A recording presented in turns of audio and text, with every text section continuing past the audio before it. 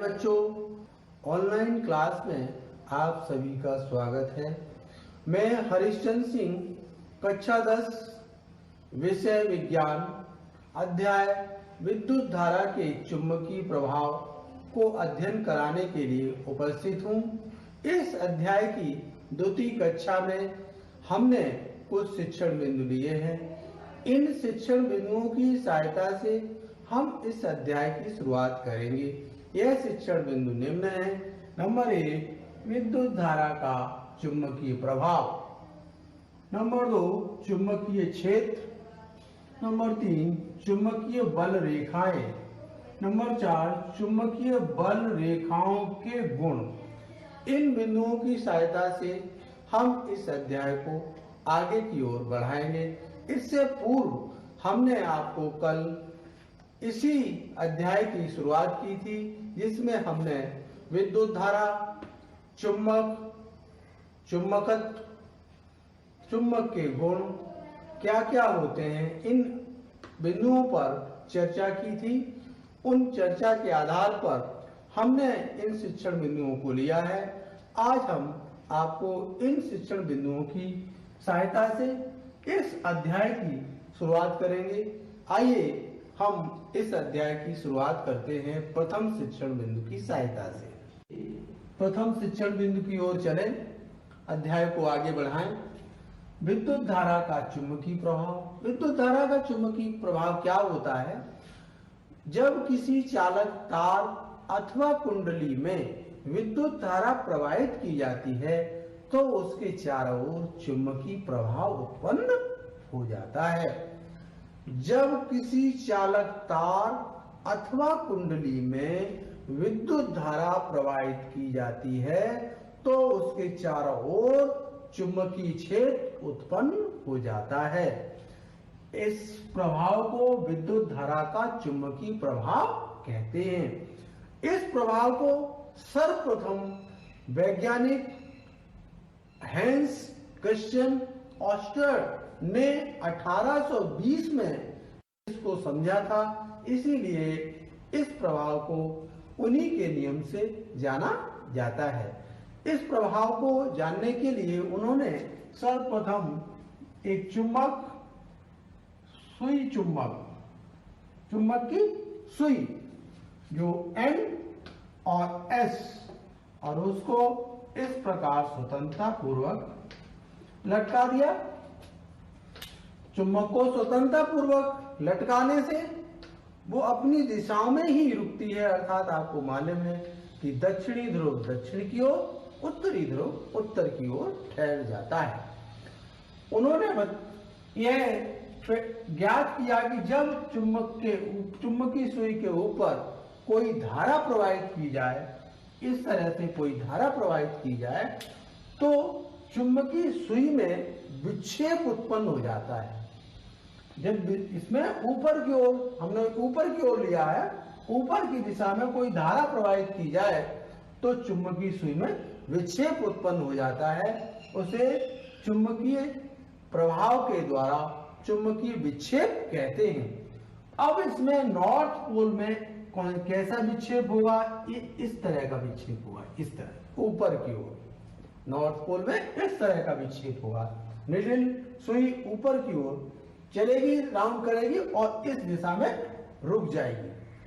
उसके बाद ये धारा को नीचे की ओर ले जाएं, हम इस तरह से ले जाएं इसको, तो इसमें यदि प्रभाव देखें तो इसका प्रभाव नीचे की ओर हो, अर्थात ऊपर इस प्रकार से एक सर्किट बना दिया जाए।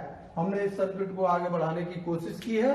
सर्किट बना दिया जाए तो चुंबक की जो विक्षेप है विपरीत दिशाओं में प्रवाहित होने लगता है, अर्थात ऊपर की ओर, और यहाँ पर साउथ पोल में नीचे की ओर विक्षेप उत्पन्न हो जाता है। इसी को हमने इस प्रकार से भी दिखाया है। ये की होती है, कुंजी होती है, ये हमारा सर्किट है, परिपथ है, ये बैटरी होती है, ये बैटरी है, ये अमीटर है जो विद्युत धारा की उपस्थिति को बताएगा। एक धनात्मक है, एक सिरा ऋणात्मक है। ये प्रतिरोध है, प्रतिरोध तार होता है, उसके द्वारा इसको जोड़ दिया है x y एक धातु का टुकड़ा है, उसमें विद्युत धारा प्रवाहित की गई है। अब विद्युत धारा जैसे ही की को लगाया जाता है तो एक्स वाई में जैसे ही उसके पास चुंबकीय सुई होती है, जैसे ही इसमें धारा प्रवाहित होती है तो इसका ये सिरा कभी ऊपर जाता है और एस सिरा, ये एस है, नीचे आता है, अर्थात इसमें एक चुंबकीय प्रभाव उत्पन्न हो जाता है। तो इससे विद्युत धारा का चुंबकीय प्रभाव से यहां से ये हुआ, जब किसी परिपथ में, जब किसी चालक तार में या कुंडली में विद्युत धारा प्रवाहित की जाती है, विद्युत धारा प्रवाहित की गई है, तो यहाँ पर चुंबक में, चुंबकीय सुई में विक्षेप उत्पन्न हो जाता है। यह चुंबकीय क्षेत्र या चुंबकीय प्रभाव के कारण होता है। अगले शिक्षण बिंदु चुंबकीय क्षेत्र की ओर। चुंबकीय क्षेत्र क्या होता है? चुंबक के चारों ओर का जो क्षेत्र होता है जिसमें चुंबकीय प्रभाव का अनुभव किया जाता है, चुंबकीय क्षेत्र कहलाता है। चुंबक के चारों ओर, ये हमारी चुंबक है, देख रहे होंगे आप इस तरह से, ये चुंबक है, इसके चारों ओर का जो क्षेत्र होता है वो क्या कहलाता है? चुंबकीय क्षेत्र कहलाता है। जहां तक इसका प्रभाव का अनुभव किया जा सके वह क्षेत्र चुंबकीय क्षेत्र कहलाता है। अब चुंबकीय क्षेत्र क्या सभी बहुत दूर तक होगा? चुंबक की कैपेसिटी कितनी है, उसकी क्षमता कितनी है? चुंबक का चुंबकीय क्षेत्र सीमित होता है। चुंबक का चुंबकीय क्षेत्र सीमित होता है।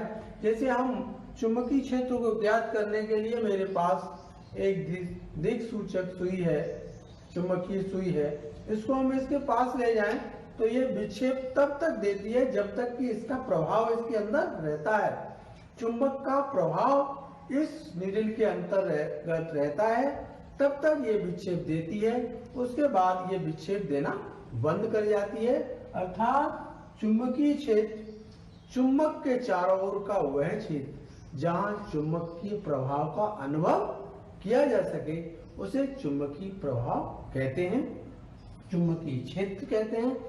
और यह क्षेत्र एक सीमित क्षेत्र है, उससे आगे इसका प्रभाव नहीं होता है। जब किसी चुंबक को दिक् सूचक के पास ले जाते हैं तो दिक् सूचक यानी चुंबकीय कंपास, उसमें एक जो विक्षेप उत्पन्न हो जाता है, अर्थात उसमें एक बल युग्म कार्य करने लगता है, जिसके कारण दिक् सूचक कंपास की सुई इधर उधर अर्थात विक्षेपित हो जाती है। तो चुंबकीय क्षेत्र क्या है? चुंबक के चारों ओर का वह क्षेत्र जहां चुंबकीय प्रभाव का अनुभव किया जाए उसे चुंबकीय क्षेत्र कहते हैं। चुंबकीय क्षेत्र एक निश्चित क्षेत्र होता है, उस क्षेत्र में ही चुंबकीय क्षेत्र कार्यकारी होता है, उसके बाद यह कार्यकारी नहीं होता है। अर्थात किसी चुंबक के पास दिक् सूचक को ले जाने पर वह उसकी क्षमता के अनुसार ही उसमें विक्षेप उत्पन्न होता है और उससे अधिक दूर ले जाने पर वह उसमें विक्षेप नहीं उत्पन्न होता है।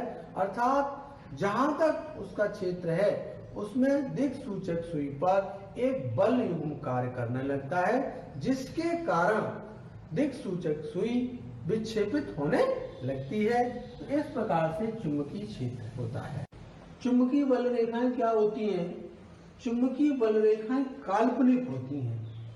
चुंबक से बल रेखाएं जो निकलती हैं वो रेखाएं सब काल्पनिक होती हैं, इसलिए चुंबकीय बल रेखाओं को काल्पनिक रूप माना गया है। चुंबकीय बल रेखाएं चुंबक के उत्तरी ध्रुव से निकलती हैं, उत्पन्न होती हैं और दक्षिणी ध्रुव की ओर जाती हैं, जबकि चुंबक के अंदर चुंबकीय बल रेखाएं नॉर्थ पोल से निकलती हैं और साउथ पोल की ओर जाती हैं। इसी कारण ये वक्र की रचना होती है। तो चुंबकीय बल रेखाओं की परिभाषा को हम देखें तो यहाँ पर हमने लिखा है, चुंबकीय क्षेत्र में खींचे गए निष्कोण वक्र जो चुंबकीय क्षेत्र की दिशा का अविरत प्रदर्शन करते हैं। चुंबकीय बल रेखाएं कहलाती हैं। अविरत लगातार ही चलती रहती हैं, क्रम इनका नहीं टूटता है, इसलिए इनको अविरत कहा गया। किसी भी बिंदु पर खींची स्पर्श रेखा चुंबकीय बल क्षेत्र की दिशा को बताता है। कोई भी स्पर्श रेखा इस तरह से खींच दी जाए, इस तरह से किसी भी बिंदु पर, तो क्या बताएगी? चुंबकीय क्षेत्र की बल रेखा को प्रदर्शित करेगी। अर्थात यहां से हम देख रहे हैं चुंबकीय बल रेखाएं किस तरह से गमन करती हैं। ध्रुवों पर आप देख रहे हैं कि ध्रुवों पर इनकी जो बल रेखाएं निकलती हैं वो बिल्कुल पास पास निकलती हैं, पास पास बिल्कुल हमने देख दर्शाई हैं। तो यहाँ अर्थ यह है, यहाँ पर चुंबकीय प्रभाव अधिक होगा। ध्रुवों के पास चुंबकीय बल रेखाएं पास पास हैं, इसका आशय ये है, पास पास हैं, इसका आशय ये है कि यहाँ पर चुंबकीय तीव्रता अधिक है और चुंबक से दूर जाने पर ये बल रेखाएं विरल हो जाती हैं। अर्थात चुंबक के ध्रुवों पर चुंबकीय बल रेखाएं सघन होती हैं। इसका अर्थ है चुंबक की तीव्रता ध्रुवों पर अधिक होती है। जैसे जैसे चुंबक से ये दूर जाती हैं, ये विरल होती जाती हैं, अर्थात दूर दूर होती जाती हैं। इसका आशय यह है कि चुंबकीय बल रेखाएं ध्रुवों से दूर जाने पर कैसी हो जाती है? उनकी तीव्रता कम हो जाती है। यहाँ पे आप देख रहे हैं, यहाँ बिल्कुल पास पास है, यहाँ ऊपर जाते जाते इनकी चुंबकत्व की क्षमता है कैसी हो जाती? कम हो जाती है। अर्थात चुंबक के दोनों ध्रुवों पर इसकी चुंबक की तीव्रता सबसे अधिक होती है। इसीलिए चुंबक की बल रेखाएं चुंबक के ध्रुवों पर पास पास होती हैं। इसी प्रकार से हम देखें इनकी रेखाओं की गति, अर्थात साउथ पोल से निकलती हैं, उत्तरी ध्रुव से निकलती हैं और दक्षिणी ध्रुव की ओर जाके क्या हो जाती हैं? विलुप्त हो जाती हैं, समाप्त हो जाती हैं। ठीक इसी के विपरीत चुंबक के अंदर जो हमने बताया कि कैसी है? काल्पनिक रेखाएं हैं। चुंबक के अंदर जो बल रेखाएं निकलती हैं वो नॉर्थ पोल से निकलती हैं, साउथ पोल की ओर चली जाती हैं। अर्थात चुंबक से दूर जाने पर इनका प्रभाव धीरे धीरे कम होने लगता है। अर्थात यहाँ पर इसी तरह से बल रेखाएं निकलती रहती है। इसी तरह से यहाँ एक बिंदु ऐसा आता है जहां चुंबकीय बल रेखाएं गमन नहीं करती हैं। अर्थात उस बिंदु को कहते हैं उदासीन बिंदु। जहां पर चुंबक की कोई बल रेखा गमन नहीं करती है, उस रेखा को कहते हैं उदासीन बिंदु।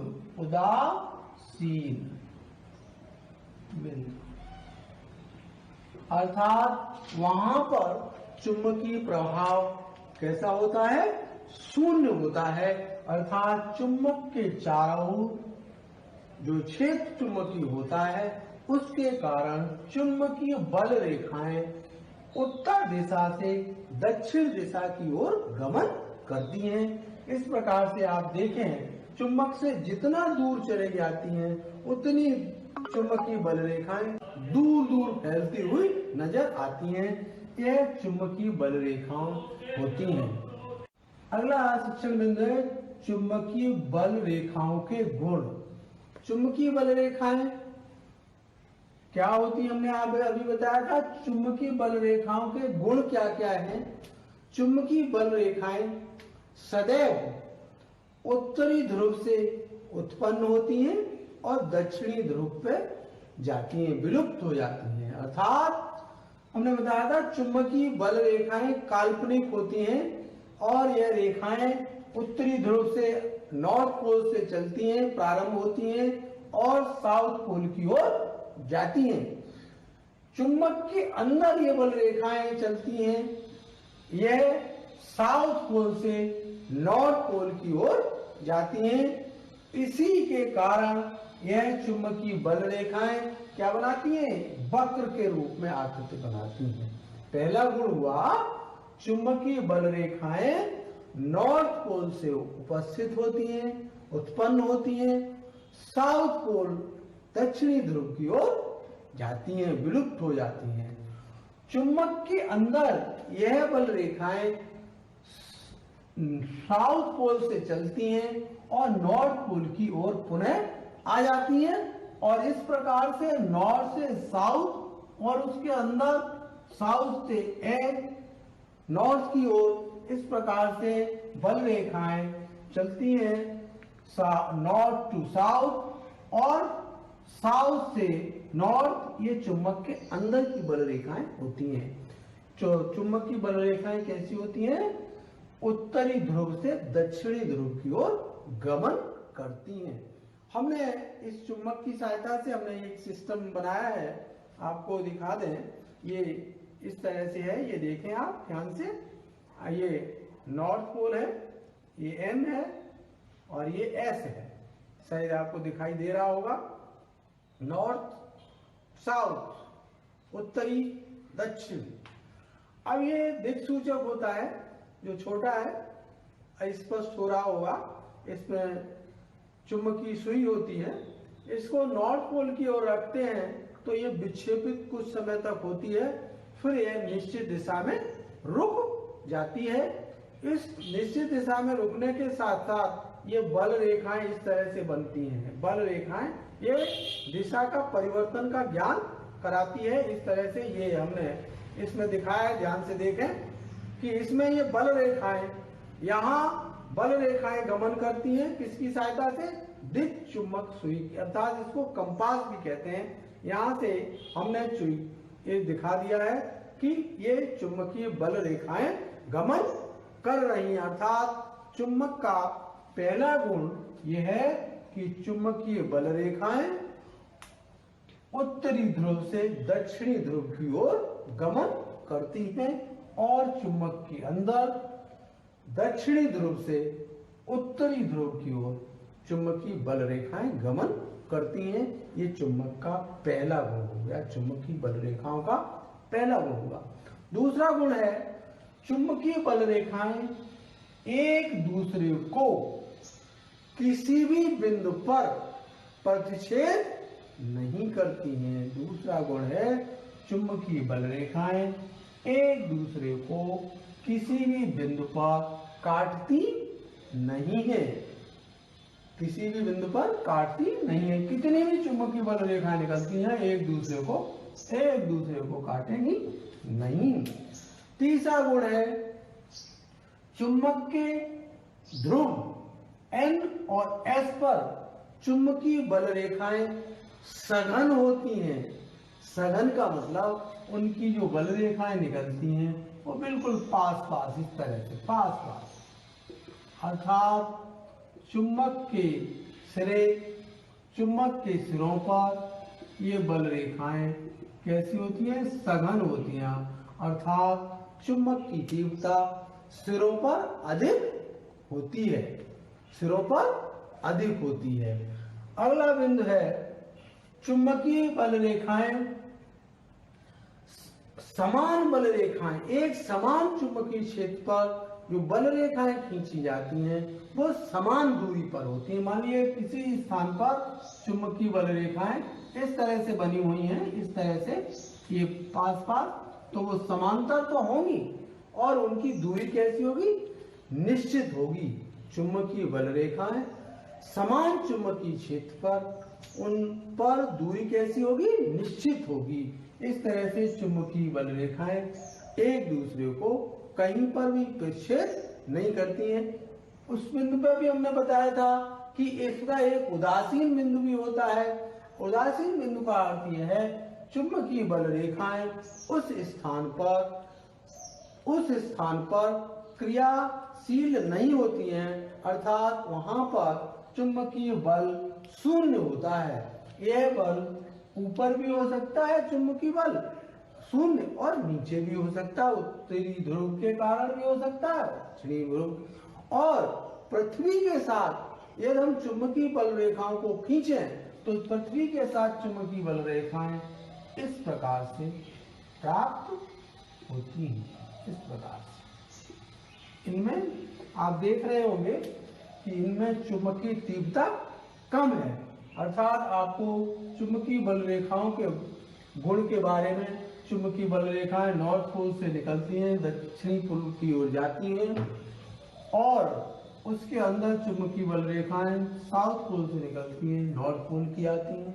नंबर 2, चुंबकीय बल रेखाएं किसी भी बिंदु पर एक दूसरे को प्रतिच्छेद नहीं करती हैं।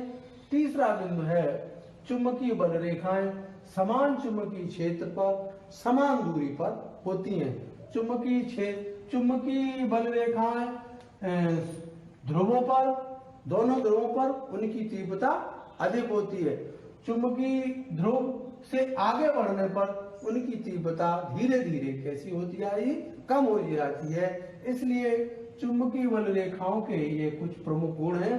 पृथ्वी पर चुंबकीय बल रेखाएं यदि खींची जाएं तो उनका चित्र इस प्रकार से होता है, अर्थात दूर दूर चुंबकीय बल रेखाएं होती हैं। इस प्रकार से चुंबकीय बल रेखाओं के ये कुछ प्रमुख गुण हैं, इसको ध्यान से आप याद भी कर लीजिएगा। तो ग्रहकार दिया था, आपने किया होगा। ग्रहकार में था चुंबक किसे कहते हैं, आपने लिखा होगा।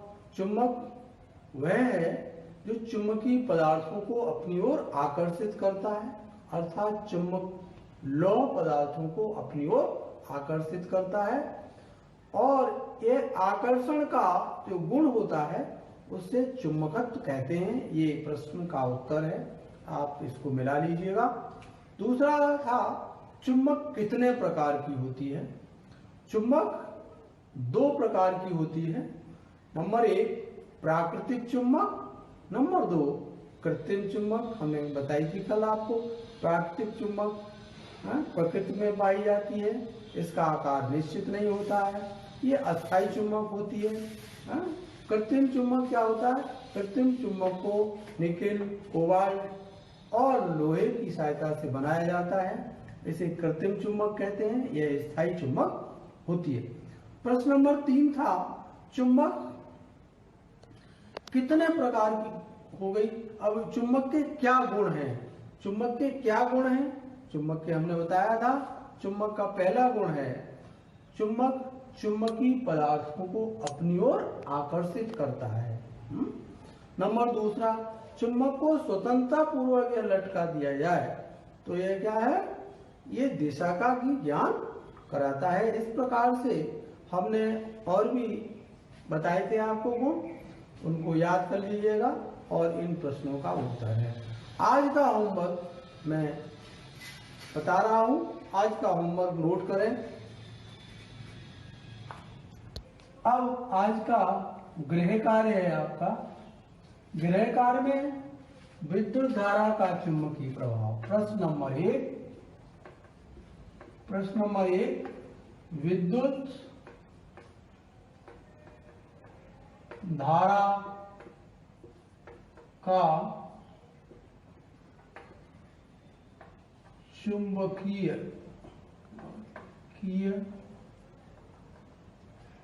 प्रभाव क्या है। विद्युत धारा का चुंबकीय प्रभाव क्या है, इसको आप लिखेंगे, इसका उत्तर लिखेंगे। नंबर 2 प्रश्न नंबर 2 चुंबकीय क्षेत्र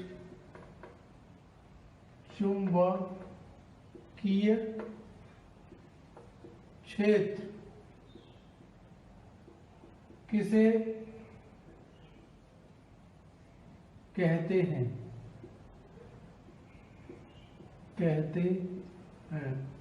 प्रश्न नंबर 3 चुंबकीय बल रेखाएं क्या हैं। चुंबकीय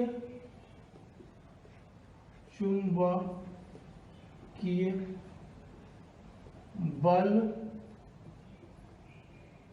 रेखाएं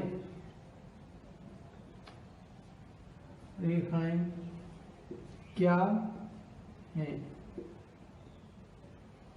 प्रश्न नंबर 4, प्रश्न नंबर 4 है चुंबकीय बल रेखाओं के गुण। चुंबकीय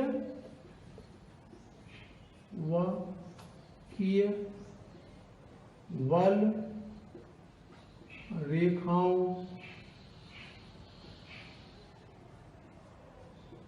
के गुण लिखो। ये आपको चुंबकीय बल रेखाओं के गुण आपको लिखने हैं। हमने आपको आज जो भाग बताया है उसी के अंतर्गत सभी प्रश्नों के उत्तर समाहित हैं। आपने ध्यान से पढ़ा है तो आशा करता हूं कि आप इन प्रश्नों के उत्तर आसानी से लिख लेंगे। अब हम गृह कार्य के साथ अगले भाग को बढ़ाएंगे। उसके लिए आप कुछ विषय को याद करके आएंगे, पढ़ के आएंगे, जिससे आप इस अध्याय को आगे बढ़ाएंगे। पहला है फ्लेमिंग के हस्त नियम। स्वाध्याय करके आएंगे। फ्लेमिंग के स्वाध्याय ये करके आएंगे। फ्लेमिंग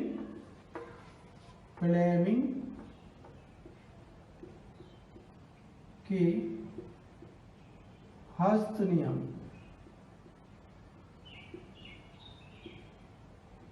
इसको पढ़ेंगे, आप स्वाध्याय करेंगे। परिनालिका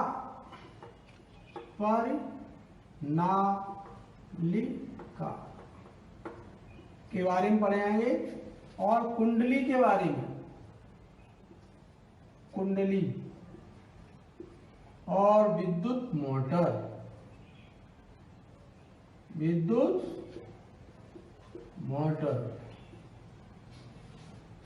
ये कुछ बिंदु हैं इसके, ये तो आप पढ़ के आएंगे। वैद्युत चुंबकीय प्रेरण भी पढ़ के आएंगे। विद्युत चुंबकीय प्रेरण,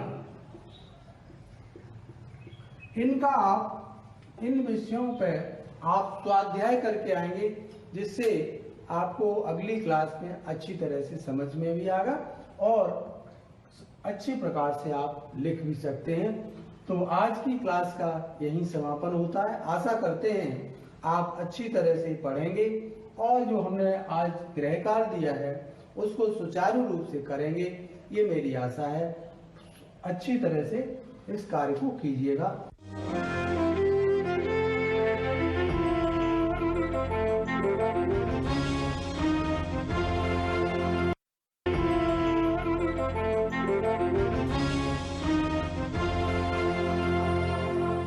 नमस्कार।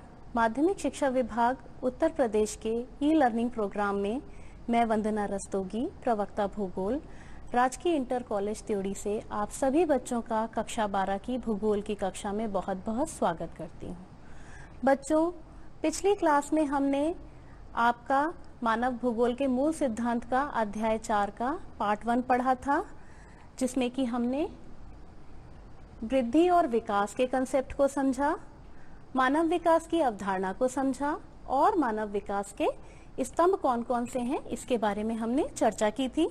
और उम्मीद है कि आपने ये तीनों ही पॉइंट्स अच्छे से समझ लिए होंगे और अपने दिए गए गृह कार्य को भी आपने आसानी से पूरा कर लिया होगा। आज हम इसी के आगे के पॉइंट्स को कवर करेंगे, जो कि इस प्रकार हैं। पहला है हमारा मानव विकास के विभिन्न उपागम, मानव विकास का मापन और अंतरराष्ट्रीय तुलनाएं। इन टॉपिक्स को पढ़ने के बाद आपको पता चल जाएगा कि हमें मानव का विकास किस प्रकार करना है, मानव विकास का मापन कैसे करना है और अंतरराष्ट्रीय तुलनाओं को करने से हमें क्या लाभ होता है। चलिए अब हम आज का पहला टॉपिक शुरू करते हैं। पहला है हमारा मानव विकास के उपागम। इसमें पहला उपागम है आय उपागम। यह मानव विकास के सबसे पुराने उपागमों में से एक है।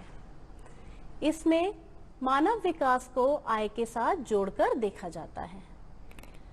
सबसे पहला उपागम जो है यही है और सबसे पुराना भी है। और इसमें ऐसा माना जाता है कि व्यक्ति की जितनी अधिक आय है उसका मानव विकास भी उतना ही अधिक होगा। विचार यह है कि आय का स्तर किसी व्यक्ति द्वारा भोगी जा रही स्वतंत्रता के स्तर को परिलक्षित करता है। आय का उच्च स्तर होने पर मानव विकास का स्तर भी ऊंचा होगा। मतलब कि जितनी अधिक व्यक्ति की आय है उसका मानव विकास का स्तर भी उतना ही ऊंचा होगा। और स्वतंत्रता को परिलक्षित करना, स्वतंत्रता के स्तर, कहने का तात्पर्य है कि जिसकी ज्यादा इनकम है वो उतनी चीजों को अपनी बढ़ी हुई आय से खरीद सकता है और अपना विकास कर सकता है। इसके बाद बच्चों हमारा दूसरा उपागम आता है कल्याण उपागम। कल्याण उपागम मानव को लाभार्थी अथवा सभी विकासात्मक गतिविधियों के लक्ष्य के रूप में देखता है। यह उपागम शिक्षा, स्वास्थ्य, सामाजिक सुरक्षा और सुख साधनों पर उच्चतर सरकारी व्यय का तर्क देता है। मतलब इस उपागम में कल्याण पर ही पूरा जोर दिया गया है और कहा गया है कि सामाजिक सुरक्षा, शिक्षा और स्वास्थ्य और सुख साधनों पर ही सरकार को अधिकतम व्यय करना चाहिए। लेकिन इस उपागम में लोग विकास में प्रतिभागी नहीं हैं। विकास में प्रतिभागी न होने का मतलब है कि उनको जो चीजें दी जा रही हैं सरकार द्वारा वो उसको लेने के लिए बाउंड है, लेकिन विकास की प्रक्रिया में मनुष्यों का बिल्कुल भी इसमें रोल नहीं होता है, किंतु वे केवल निष्क्रिय प्राप्त करता हैं। जैसा कि मैंने बताया, विकास की प्रक्रिया में वो अपना रोल प्ले नहीं करते हैं और सरकार का कल्याण पर अधिकतम व्यय करके मानव विकास के स्तरों में वृद्धि करने के लिए जिम्मेदार है। यानी कि सरकार ही कल्याणकारी नीतियों को अपनाकर और उस पर अधिकतम व्यय करेगी, जिससे कहा जाता है कि मानव विकास के स्तरों में वृद्धि होगी। मतलब पूरी की पूरी जिम्मेदारी यहाँ सरकार की है। चलिए बच्चों अगले उपागम की ओर बढ़ते हैं। हमारा अगला उपागम है मानव विकास का आधारभूत आवश्यकता उपागम। इस उपागम को मूल रूप से अंतर्राष्ट्रीय श्रम संगठन ने दिया, जिसे हम ILO या इंटरनेशनल लेबर ऑर्गेनाइजेशन भी कहते हैं।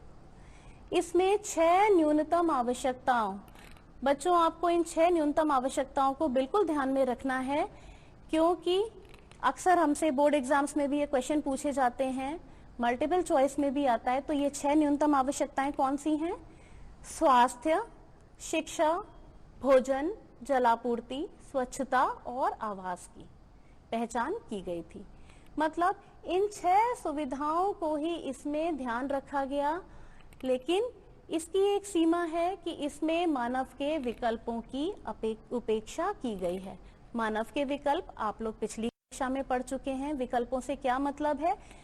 तो ये उपागम कहता है कि हमें इन न्यूनतम आवश्यकताओं को अगर हम पूरा कर देते हैं तो विकास हमने सुनिश्चित कर दिया, लेकिन ऐसा नहीं है, क्योंकि हर एक इंडिविजुअल व्यक्ति एक दूसरे से अलग होता है और हमें उसके अनुसार ही उसको अवसर उपलब्ध कराने चाहिए। और यहाँ सिर्फ हम जबकि बात कर रहे हैं सिर्फ न्यूनतम आवश्यकताओं की।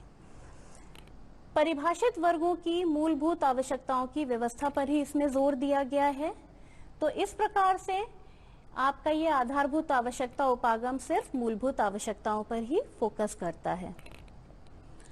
आखिरी और चौथा उपागम है हमारा क्षमता उपागम। बच्चों इस उपागम का संबंध प्रोफेसर अमर्त्य सेन से है और ये कहते हैं कि संसाधनों तक पहुंच के क्षेत्रों में, संसाधनों तक पहुंच के क्षेत्र मतलब हर व्यक्ति को संसाधनों की पहुंच की बात हो रही है, अवसरों की बात हो रही है।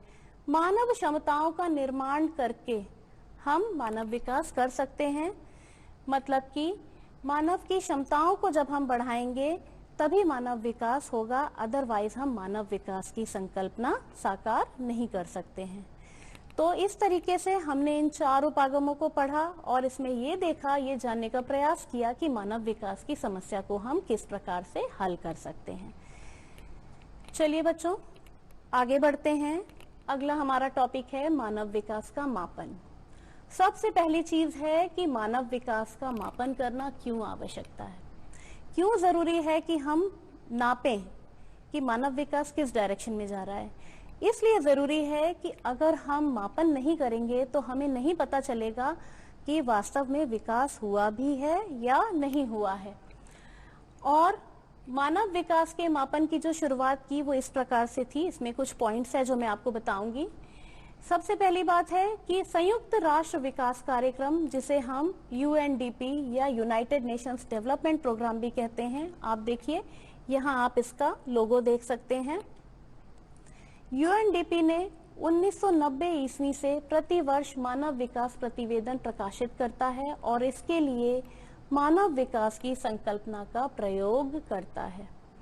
मानव विकास की संकल्पना या अवधारणा एक ही चीजें हैं जिसे हम पिछली कक्षा में पढ़ चुके हैं, और इससे ही रिलेटेड ऊपर का पॉइंट है, पाकिस्तानी अर्थशास्त्री डॉक्टर महबूब उल हक ने 1990 में मानव विकास सूचकांक निर्मित किया। मानव विकास के मापन के लिए सूचकांक होते हैं और उनमें से एक इम्पॉर्टेंट सूचकांक है मानव विकास सूचकांक या ह्यूमन डेवलपमेंट इंडेक्स भी कहते हैं। इसको इन्होंने निर्मित किया और इस सूचकांक का प्रयोग जो है यूएनडीपी विकास को मेजर करने के लिए करता है। नेक्स्ट है संयुक्त राष्ट्र विकास कार्यक्रम या यूएनडीपी द्वारा प्रयुक्त मानव विकास के दो महत्वपूर्ण सूचकांक हैं। पहला है मानव विकास सूचकांक, जिसकी कि हमने देखिए यहाँ भी बात की थी, फिर से रिपीट कर रही हूँ क्योंकि ये बहुत इंपॉर्टेंट है। पाकिस्तानी अर्थशास्त्री डॉक्टर महबूब उल हक ने 1990 में इसको निर्मित किया था। और एक दूसरा महत्वपूर्ण सूचकांक है, ये है गरीबी सूचकांक। चलिए अब बात करते हैं मानव विकास सूचकांक की। मानव विकास सूचकांक, जिसे हम HDI भी कहते हैं, इसमें हमने देखिए आप ये देख सकते हैं मानव विकास सूचकांक के 3 आयाम हैं: स्वास्थ्य, शिक्षा और संसाधनों तक पहुंच, जिसको कि हमने पिछली कक्षा में भी पढ़ा था कि ये जो 3 डायमेंशन हैं यही विकास के मुख्य पहलू हैं और इन्हीं पहलुओं के आधार पर कोई भी देश अपने मानव विकास का मापन करता है। स्वास्थ्य का मापन करने के लिए जन्म के समय जीवन प्रत्याशा इसका सूचक है, मतलब कि कोई व्यक्ति जो जन्म लेता है वो कितने वर्षों तक जीवन जीता है, ये एक इंडिकेटर है डेवलपमेंट को मेजर करने के लिए। इससे मतलब है कि जितनी अधिक व्यक्ति अपना जीवन जिएगा उतना ही विकास का स्तर अधिक होगा, या उस जिस देश में लोगों की लाइफ एक्सपेक्टेंसी या जीवन प्रत्याशा ज्यादा होगी उन्हें उतना अधिक स्कोर दिया जाएगा। नेक्स्ट है शिक्षा। शिक्षा के मापन का सूचक है प्रौढ़ साक्षरता दर और सकल नामांकन अनुपात। प्रौढ़ साक्षरता दर से मतलब है कि जितने प्रौढ़ लोग शिक्षित हैं, शिक्षित से मतलब है कि वो चीजों को पढ़ के समझ सकते हैं, बेसिक अरिथमेटिक के कैलकुलेशंस कर सकते हैं, यहाँ पर उससे तात्पर्य होता है। और हमारा दूसरा सूचक है सकल नामांकन अनुपात, या इसको हम कहते हैं gross enrolment ratio. Gross enrolment ratio से हमारा मतलब होता है कि विद्यालय में कितने बच्चों का एनरोलमेंट हुआ है। हमारे इंडिया में माना जाता है कि बच्चे जो हैं कक्षा 1 से 8 तक की अपनी एलिमेंट्री एजुकेशन पूरी करें, और वो सकल नामांकन अनुपात के माध्यम से हमें पता चलता है। लेकिन ये जो एक इंडिकेटर है इसकी अपनी कुछ कमियां भी हैं। इसकी मुख्य कमी ये है कि ग्रॉस एनरोलमेंट रेशियो ये बताता है कि बच्चे कितने विद्यालयों में उनका रजिस्टर में नाम लिखा है या वो एनरोल्ड हैं, लेकिन हमें इससे ये नहीं पता चल रहा है कि वो बच्चा रेगुलर विद्यालय आ रहा है या नहीं आ रहा है, या कहीं ऐसा तो नहीं कि उसने बीच में ही अपनी पढ़ाई पूरी नहीं की और वो ड्रॉप आउट हो गया स्कूल से। या इसके अलावा आगे की चीजें जो हैं, अच्छी शिक्षा के लिए सिर्फ बच्चे का नामांकन होना जरूरी नहीं है, ये भी जरूरी है कि उसको विद्यालय में शिक्षक पढ़ा रहे हैं और जो शिक्षक पढ़ा रहे हैं वो वेल ट्रेन्ड हैं कि नहीं है। तो इस इंडिकेटर में ये कुछ प्रॉब्लम्स हैं जिससे इसकी विश्वसनीयता पूर्ण नहीं है, लेकिन हम फिर भी कह सकते हैं कि ये एक अच्छा इंडिकेटर है। तीसरा है हमारा संसाधनों तक पहुंच। संसाधनों तक पहुंच से मतलब है हमारी क्रय शक्ति कितनी है, और इस क्रय शक्ति को हम मापन करते हैं अमेरिकी डॉलर से। जितनी अधिक हमारी आय होगी हम उतनी ज्यादा वस्तुएं खरीद सकते हैं और हमारा विकास का स्तर भी उतना ही अधिक होगा। अब बात करेंगे इसके आगे मानव विकास की स्कोरिंग की। ह्यूमन डेवलपमेंट इंडेक्स जो है बेसिकली स्कोर्स पर आधारित होता है और इसको हमें ध्यान से समझना है।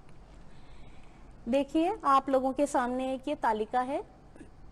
इस तालिका में यहाँ पर हेडिंग जो है वो है आयाम और यहाँ है भारिता।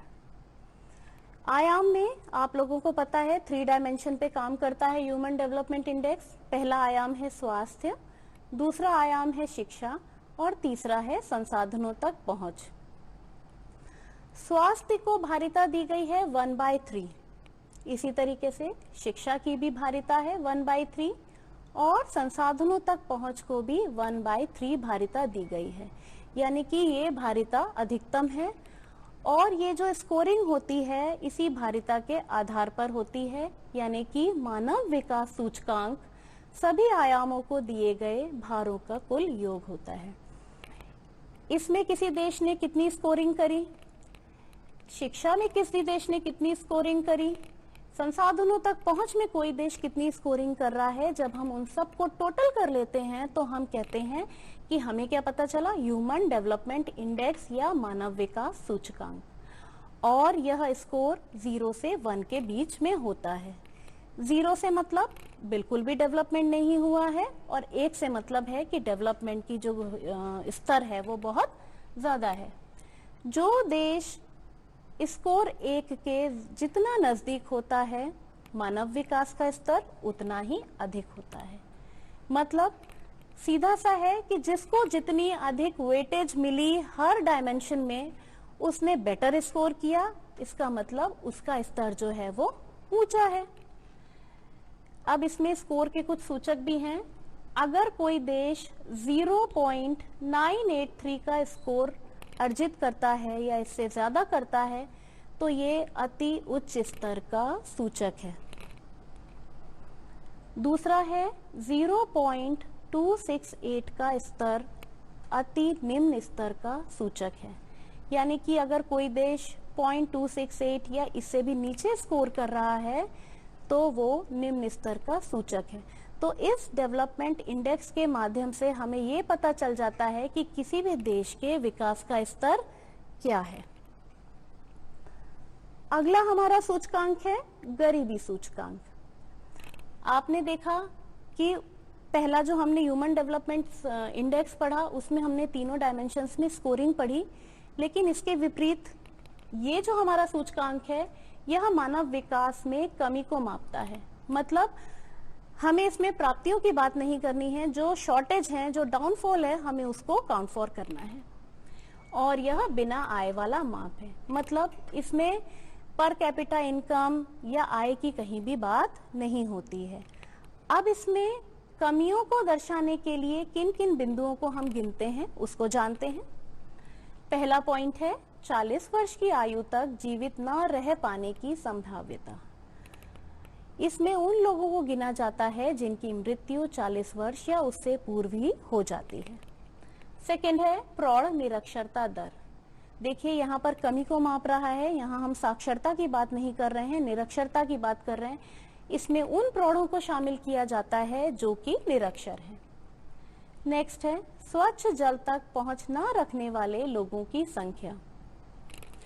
इसमें हम उन लोगों को गिनेंगे जो कि स्वच्छ जल पीने के लिए जिन लोगों को बिल्कुल भी उपलब्ध नहीं है।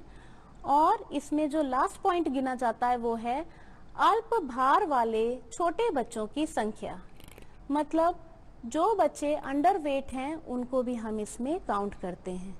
इस प्रकार गरीबी सूचकांक जो है अपना कार्य करता है। और ये दोनों ही इंडेक्स जब हम साथ में इनको मिलाते हैं और उसके बाद हम जो डेटाज हमें हाथ में लगते हैं उनको हम भली भांति एनालिसिस करते हैं, तभी हम किसी देश के विकास की वास्तविक स्थिति को बता सकते हैं। बच्चों, मानव विकास सूचकांक और गरीबी सूचकांक प्रायः सभी देश यूज करते हैं मापन के लिए। इसके अलावा एक और सूचकांक है जिसको कि सिर्फ भूटान यूज करता है, उसको हम जान लेते हैं। वो सूचकांक है सकल राष्ट्रीय प्रसन्नता, या हम उसको gross national happiness short form में कहेंगे, GNH। और ये जो सूचकांक है ये भूटान का आधिकारिक माप है, यानी कि भूटान में प्रगति का आधिकारिक माप ही ये GNH है। इस सूचकांक में आध्यात्मिकता, पर्यावरण, संस्कृति तथा गुणवत्ता का विकास की प्रक्रिया में ध्यान रखा जाता है। मतलब भूटान ये कहता है कि हम चाहे जितनी भी प्रगति कर लें, लेकिन वास्तविक प्रगति तब है जब हम आध्यात्मिकता, अपनी संस्कृति और पर्यावरण के गुणवत्ता को ध्यान में रखेंगे। और प्रसन्नता की कीमत पर भौतिक प्रगति कदापि नहीं होनी चाहिए। मतलब ऐसा ना हो कि हम प्रगति तो करते जाएं, लेकिन हमारी जो वास्तविक जीवन का सार है, हमारी प्रसन्नता, हमारी खुशियां, हमारी संतुष्टि, उनकी कॉस्ट पर कोई भी प्रगति नहीं होनी चाहिए। तो इस प्रकार एक ये सकल राष्ट्रीय प्रसन्नता जो है भूटान का माप है, सूचकांक। और इसके अलावा जो ये माप है ये भी एक इम्पॉर्टेंट सूचकांक है जिसको कि हमें मापन में शायद शामिल करना चाहिए। अब बात करते हैं अंतर्राष्ट्रीय तुलनाओं की। अंतर्राष्ट्रीय तुलनाओं में देखिए, एक ये तालिका आपको दिखाई दे रही है और इस तालिका की जो हेडिंग्स हैं वो इस प्रकार हैं। मानव विकास का स्तर पहली हेडिंग है, दूसरी है मानव विकास सूचकांक का स्कोर, तीसरी है देशों की संख्या और चौथी हेडिंग है कुछ मुख्य देशों के उदाहरण। और ये जो तालिका है ये मैंने जो सोर्स लिया है ये मानव विकास प्रतिवेदन 2018 का सोर्स लिया है। इसमें देखिए मानव विकास के स्तर को 4 भागों में बांटा गया है, अति उच्च, उच्च, मध्यम और निम्न। और जो मानव विकास सूचकांक का स्कोर है, यानी कि तीनों डायमेंशन शिक्षा, स्वास्थ्य और संसाधनों तक पहुंच में जो देशों ने परफॉर्म किया है और उन्हें जो उसके आधार पर स्कोरिंग हुई है वो इस प्रकार है। अति उच्च में वो देश शामिल हैं जिनका की सूचकांक 0.800 से ऊपर है और इसमें देशों की संख्या है 59। कुछ एक उदाहरण है यहाँ, जैसे नॉर्वे इसमें सबसे ऊपर की श्रेणी में आता है। नॉर्वे का स्कोर है 0.953। इसके बाद स्विट्जरलैंड है, उसका है 0.944। उसके बाद है ऑस्ट्रेलिया जिसको की स्कोरिंग मिली है 0.939। इसके बाद उच्च मानव स्तर वाले देशों में वो देश आते हैं जिन्होंने 0.701 से 0.799 के बीच स्कोर किया है और इसमें 58 देश आते हैं, जिसमें कि कुछ उदाहरण इस प्रकार हैं। पहला है ईरान जिसने की स्कोर किया है 0.798। दूसरा है टर्की जिसका की स्कोर है 0.791। तीसरा है लेबनान जिसका की स्कोर है 0.757। इसके बाद मध्यम स्तर के देशों में वो देश हैं जिन्होंने 0.550 से 0.700 के बीच स्कोर किया है और इसमें देशों की संख्या है 39। इसमें स्कोर करने वाले कुछ मुख्य देश इस प्रकार हैं। साउथ अफ्रीका 0.699, इंडोनेशिया 0.694 और भारत 0.640। हमारा इंडिया भी यानी कि मध्यम स्तर वाले देशों में आता है, आप देख सकते हैं। इसके बाद है निम्न स्तर के देश।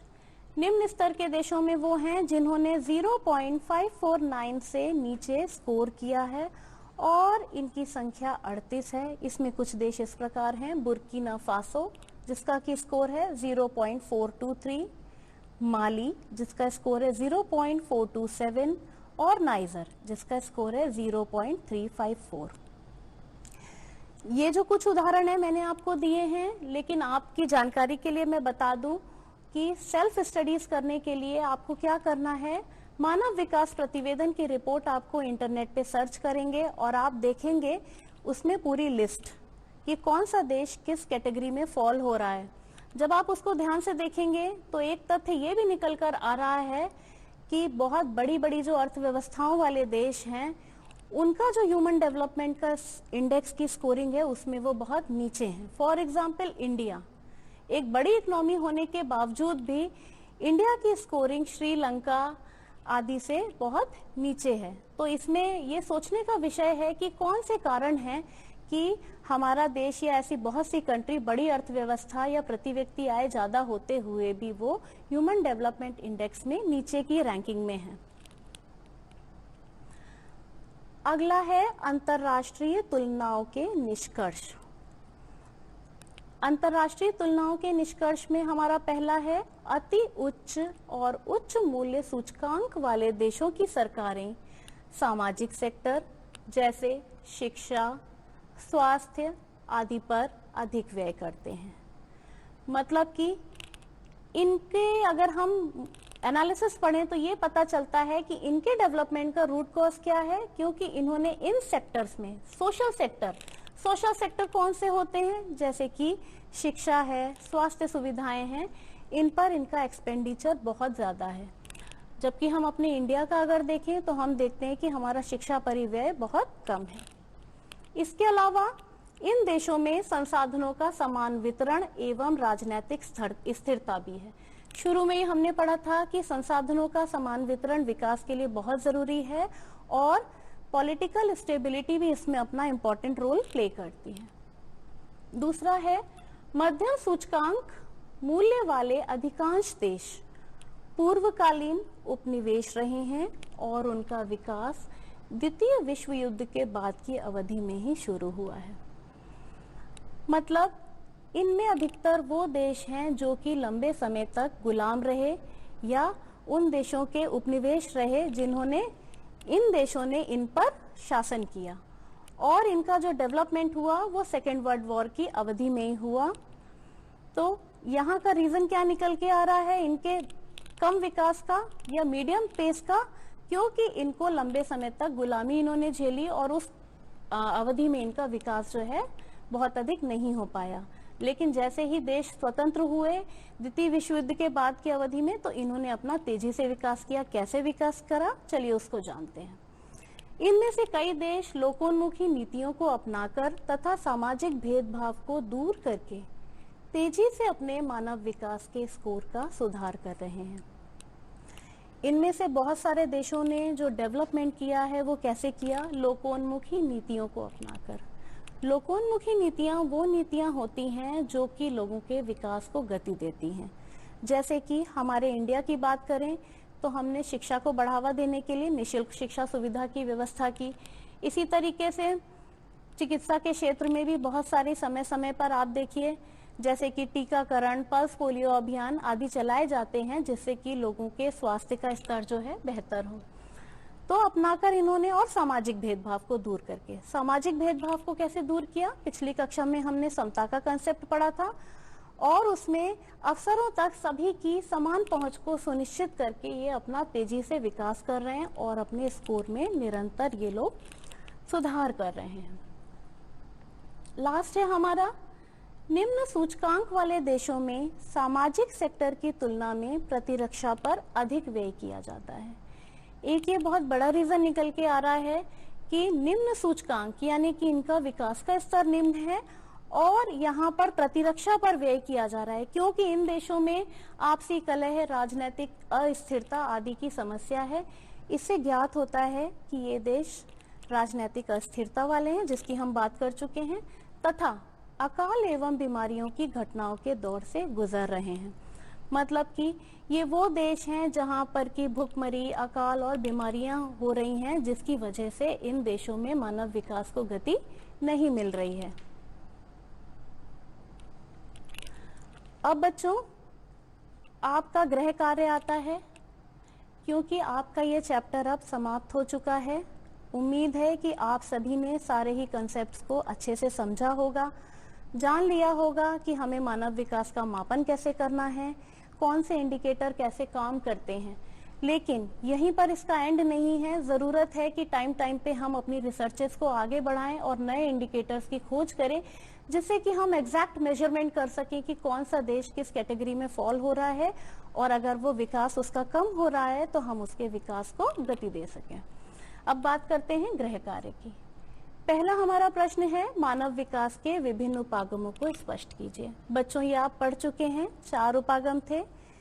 आपको इनमें चारों उपागमों को बताना है और उनको अच्छे से एक्सप्लेन करना है और पॉइंट वाइज करेंगे।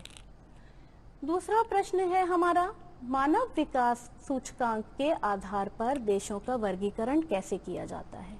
इसको आपको बताया जा चुका है कि देशों को जो स्कोर मिलता है तीनों डायमेंशंस में उसके वेटेज को टोटल करके किया जाता है। तो आप अकॉर्डिंगली जो हमने टेबल बनाई थी उसको आप रेफरेंस लेके आप इस आंसर को सॉल्व करेंगे।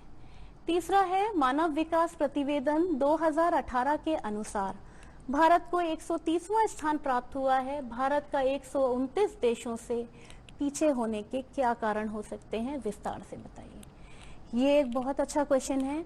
आपको इसमें बताने हैं कौन से रीजन हो सकते हैं। वो रीजन हो सकते हैं, आपको मैं हिंट दे रही हूँ, जैसे कि पॉलिटिकल स्टेबिलिटी की हम बात कर सकते हैं, नीतियां जो बन रही हैं वो सभी लोगों तक पहुंच रही हैं या नहीं पहुंच रही हैं, या भ्रष्टाचार भी एक इसका कारण हो सकता है। ऐसे ही और कारण आपको फाइंड आउट करने हैं।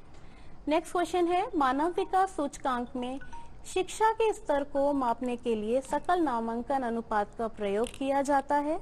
सकल नामांकन अनुपात को समझाते हुए इस सूचक की कमियों का उल्लेख कीजिए। आपको इसमें नामांकन अनुपात की कमियां बतानी है, जिसको कि हम डिस्कस कर चुके हैं। गृह कार्य का 5वां हमारा प्रश्न है, निम्न तालिका में प्रदर्शित मानव विकास के उच्च मूल्य सूचकांक वाले देशों का विश्व मानचित्र पर प्रदर्शन कीजिए। उच्च मूल्य सूचकांक वाले 10 देश हैं और ये जो तालिका ली गई है ये मानव विकास प्रतिवेदन 2018 से ली गई है। इसमें आप लोग देख रहे हैं 10 तक देशों की सूची है। पहला है नॉर्वे, दूसरा है स्विट्जरलैंड, तीसरा है ऑस्ट्रेलिया, चौथा है Ireland, Germany, Iceland, Hong Kong, Sweden, Singapore और नीदरलैंड। आपको क्या करना है कि इन सारे ही देशों को विश्व मानचित्र पर प्रदर्शित करना है, क्योंकि अक्सर मानचित्र में पूरित करने के लिए इन देशों को दिया जाता है और आपको इनकी रैंकिंग भी याद रखनी है। और इसके लिए आप लोग विश्व का राजनीतिक मानचित्र यूज करेंगे। तो बच्चों आज के लिए इतना ही। आज की कक्षा यहीं समाप्त होती है। बहुत बहुत धन्यवाद।